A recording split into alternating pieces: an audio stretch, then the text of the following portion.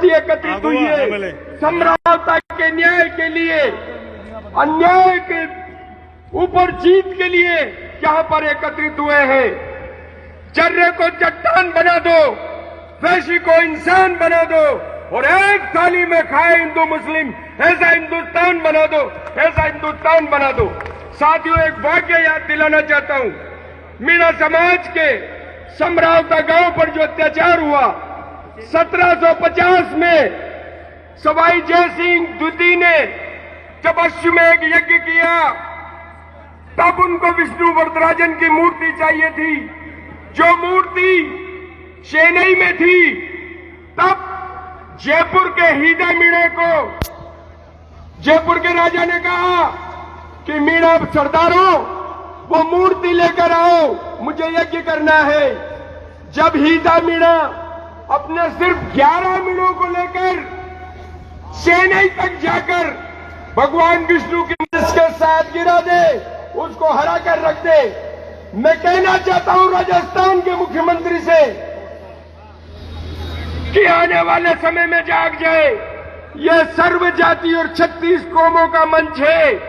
तमाम साथियों से मैं कहना चाहता हूं, चुनौती का समय है साथियों, एकजुट होकर, और जितने प्रशासनिक लोग खड़े हुए हैं उनको मैं मंच के माध्यम से चेताना चाहता हूं, ऐसी गलती दोबारा नहीं करे, वरना राजस्थान सरकार की ईंट से ईंट बजा देंगे। और हम मचलते हैं तो तूफान मचलते हैं, हम उबलते हैं तो भूचाल उबलते हैं। अरे हमें बदलने की कोशिश न करो, हम बदलते हैं तो इतिहास बदलते हैं, इतिहास बदलते हैं। साथियों, जोरदार आवाज के साथ की वक्ताओं की लिस्ट काफी लंबी है।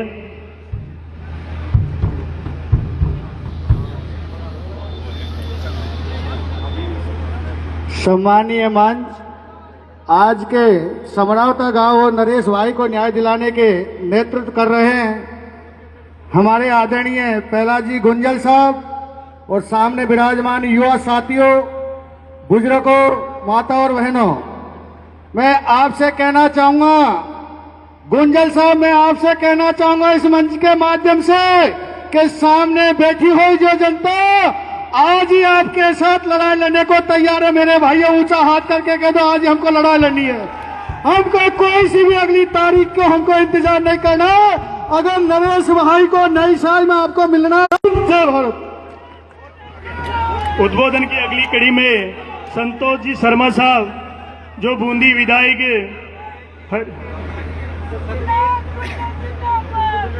सतेज जी शर्मा साहब, आप पधारिए सर।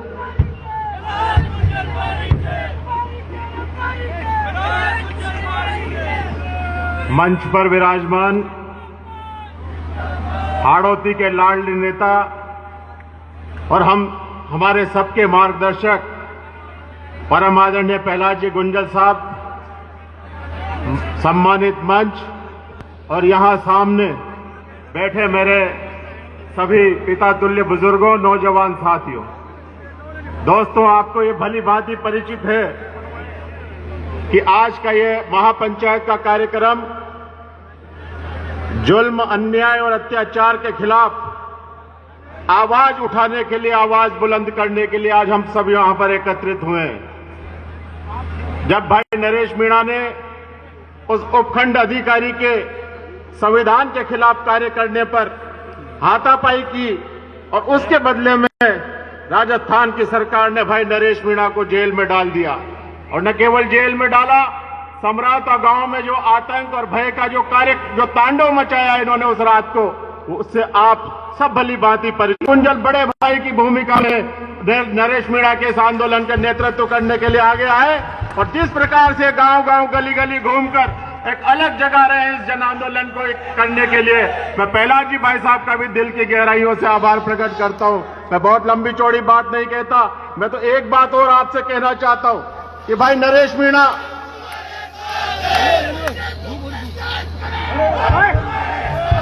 भाई नरेश जी, आप अकेले नहीं हो इस आंदोलन में। इस अन्याय के खिलाफ जो आंदोलन हो रहा है, इसमें आप कहीं भी अकेले नहीं हो। शासन प्रशासन में बैठे जिम्मेदार लोगों ने, राजस्थान की सरकार ने भले ही आपको जेल में डाल दिया हो, लेकिन आप तो यार कमाल के आदमी निकले नरेश भाई। आपने तो जाते, मैं हमारे बूंदी विधायक आदरणीय हरिमोहन शर्मा जी, जो मेरे पिता भी हैं, मैं उनका भी एक संदेश आप समरावता ग्राम वासियों एवं आम जन के लिए जो उन्होंने लिखा है। गत उपचुनाव में समरावता गांव में जो घटना हुई वो बहुत ही दुखद एवं हृदय विदारक थी। आप सभी ग्राम वासियों एवं जो साथी जेल में हैं, उनके साथ अन्याय हुआ है। इस अन्याय के खिलाफ हम सब आपके साथ हैं। भाई नरेश मीणा एवं उनके साथियों के साथ पुलिस ने जो ज्यादती की, उसकी मैं कड़े शब्दों में निंदा करता हूं। सभी साथियों को न्याय मिलना चाहिए। मुझे इस बात का खेद है कि गृह मंत्री एवं श्री किरोड़ी लाल जी ने ये वादा किया था कि निर्दोष लोगों को शीघ्र छोड़ दिया जाएगा, लेकिन गलत तथ्य अंकित कर लोगों को जेल में डाल दिया। साथ ही सरकार जमानत का विरोध कर रही है, जो अनुचित और गैर जिम्मेदाराना कृत्य है। इस जन आंदोलन को मेरा पूरा समर्थन है। मैं अपरिहार्य कारणों से आपके बीच उद्बोधन की अगली कड़ी में मैं टीकाराम जी पूर्व आईएएस साहब को मैं आमंत्रण करना चाहता हूं कि सर अपने विचार संक्षिप्त में कहें। तालियों के साथ में जोरदार तालियां।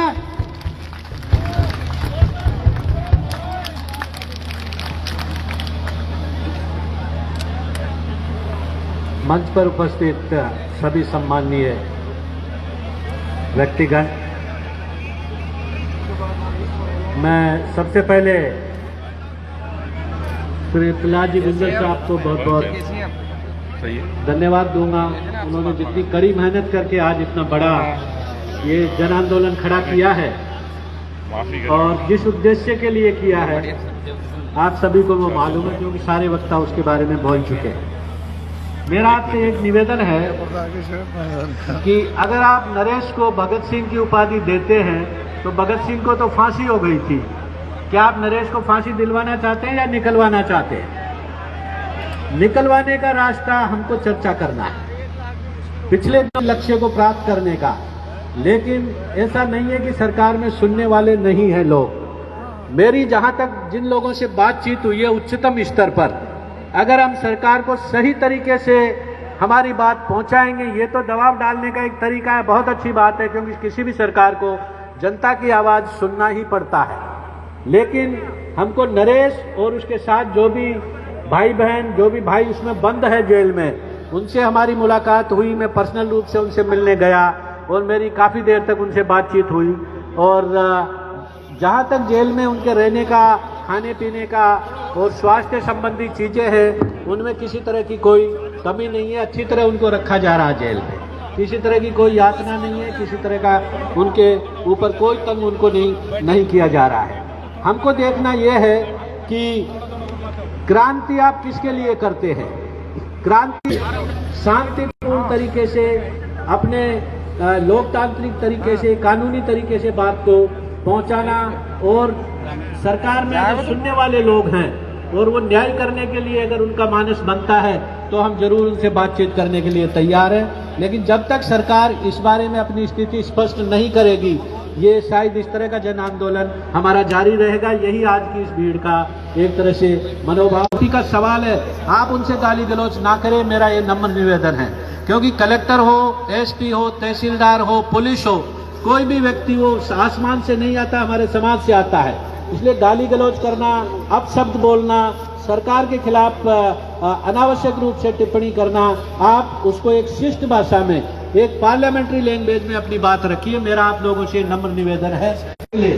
और जो जिस तरह का वातावरण बिगड़ा, गलती किसकी थी, किसकी नहीं थी, किसकी कितनी थी और किसकी किस हद तक मतलब उसको सजा मिलनी चाहिए, उसी के लिए हम न्यायिक जांच की मांग कर रहे हैं। क्योंकि अब तक जो सरकार ने घोषणा की थी कि एक सीनियर अधिकारी के